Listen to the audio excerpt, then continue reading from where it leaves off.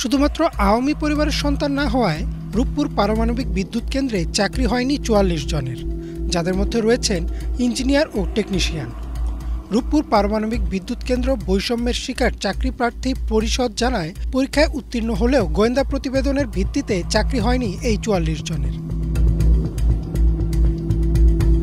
১৬ জানুয়ারি রাজধানী ঢাকার আগারগাঁওয়ে অবস্থিত জাতীয় বিজ্ঞান ও প্রযুক্তি কমপ্লেক্সে রূপপুর পারমাণবিক বিদ্যুৎ কেন্দ্র নির্মাণ প্রকল্প ও nuclear power plant company Bangladesh লিমিটেডের কার্যালয় ঘেরাও এবং অবস্থান কর্মসূচিতে কথা বলেন বৈষম্যের শিকার চাকরি প্রত্যাশীরা।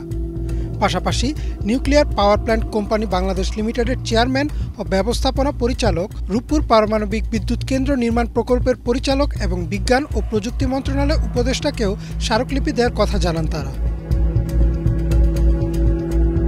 কর্মসূচিতে বক্তারা বলেন, অন্তত অর্ধশতাধিক ইঞ্জিনিয়ার, টেকনিশিয়ান, কেমিস্ট ও ল্যাব টেকনিশিয়ান বিগত আওয়ামী লীগ সরকারের সময়ে রূপপুর পারমাণবিক বিদ্যুৎ কেন্দ্রের নিয়োগ পরীক্ষায় অংশগ্রহণ করেন। তারা সবাই লিখিত ও মৌখিক পরীক্ষায় উত্তীর্ণ হয়ে নিয়োগের জন্য সুপারিশপ্রাপ্তও হন, কিন্তু এনএসআইয়ের মাধ্যমে সে সময় তাদের বিষয়ে তদন্ত করা হয়। প্রার্থীদের এলাকার আওয়ামী লীগ নেতাদের মাধ্যমে খোঁজ নিলে জানা যায় তাদের পরিবার বিএনপি জামাতপন্থী। আর শুধু এই কারণেই আটকে দেওয়া হয় সেই ৪৪ জনের নিয়োগ, আর সে জায়গায় নিয়োগ দেওয়া হয় আওয়ামী পরিবার ও ছাত্রলীগের প্রার্থীদের।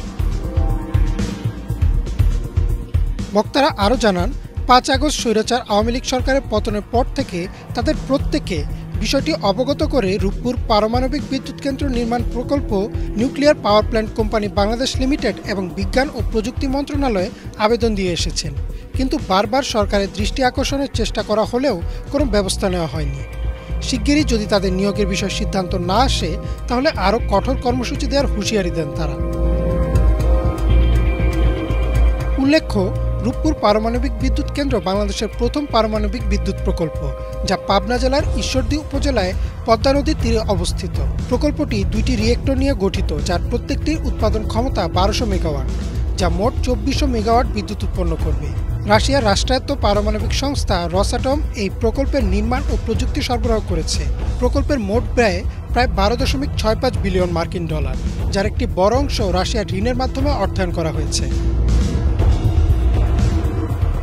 রূপপুর পারমাণবিক বিদ্যুৎ কেন্দ্রের নির্মাণ কাজ ২০১৭ সালে শুরু হয় এবং বর্তমানে এটি সমাপ্তির পথে। প্রথম ইউনিটটি চলতি বছর এবং দ্বিতীয় ইউনিটটি ২০২৬ সালে চালু হওয়ার কথা রয়েছে।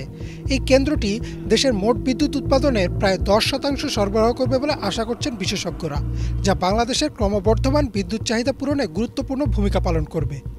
ইমরান মাহমুদ, বাংলা ভিশন।